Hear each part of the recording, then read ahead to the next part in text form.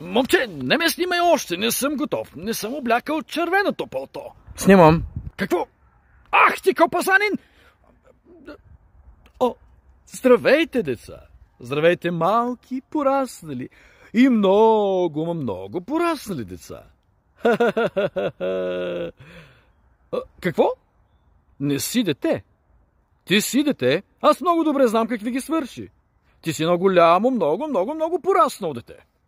Кажи ми, беше ли добро дете през годината? Или беше лошо дете? Как мислиш? О, знаеш ли какво? Сега ще отида при добрите деца, да им дам подаръци, защото те го заслужават. И ако реша, че ти си било лошо дете през годината, ще дойда и с чувал ще те бия с всички останали подаръци. И понеже си имаш за голямо дете, ще платиш за всички щупени